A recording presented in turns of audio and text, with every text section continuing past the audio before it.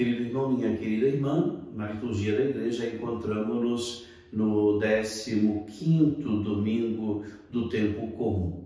E o texto que nos é proposto é bem aquele de Mateus, no capítulo 13, e nós o escutaremos na sua versão abreviada, ou seja, entre os versículos 1 e 8. Os que as liturgias dominicais fomos participar, talvez a proposta seja aquela de um texto mais alongado, ou seja, até o versículo 23. Naquele dia, Jesus saiu de casa e foi sentar-se à margem do mar da Galileia. Uma grande multidão reuniu-se em volta dele. Por isso, Jesus entrou numa barca e sentou-se, enquanto a multidão ficava de pé na praia. E disse-lhes muitas coisas em parábolas.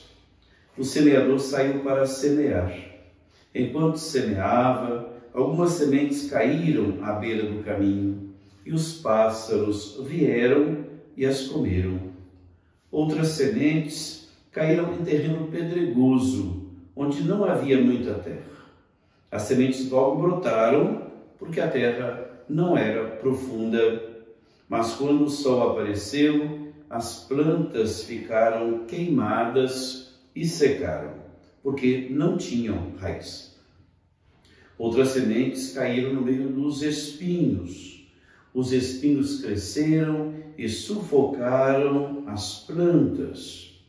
Outras sementes, porém, caíram em terra boa e produziram à base de 100, de 60 e de 30 frutos por semente. Quem tem ouvidos, ouça. Palavra da salvação. Glória a vós, Senhor.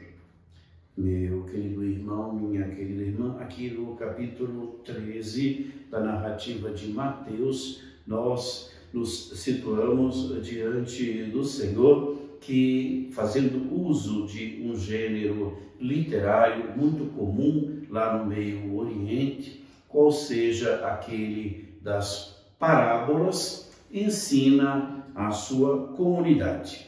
Nós temos no gênero literário das parábolas a necessidade da interpretação, porque a palavra se encontra escondida por detrás das palavras. Jesus narra a parábola chamada do semeador.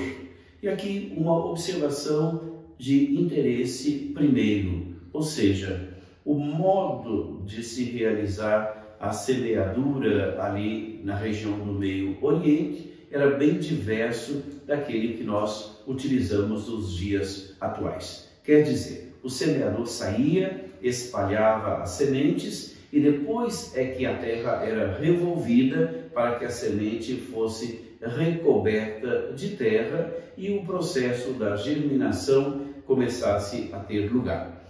Hoje nós sabemos que essa técnica ela é inadequada e os frutos não são produzidos como se poderia esperar. Porém, é importante conhecermos isso para entendermos que o semeador tenha saído pelo caminho e tenha jogado semente por todos os lados. Aqui nós temos que este terreno é o nosso coração e, de fato, em muitas das nossas situações, nos vemos ou como terreno pedregoso, ou como terreno repleto de espinhos, e em alguns outros como terra boa.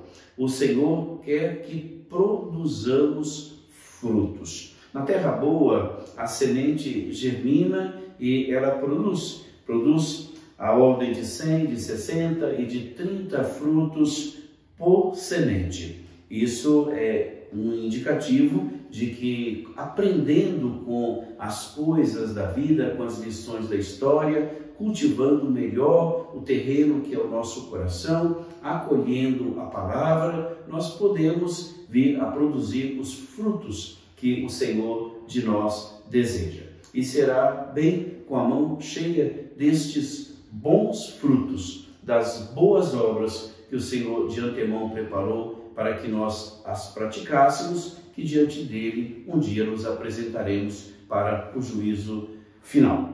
Se não produzimos frutos, então este juízo, nós sabemos, será de respeito à nossa liberdade e, portanto, de danação eterna. Com os frutos produzidos, salvação eterna.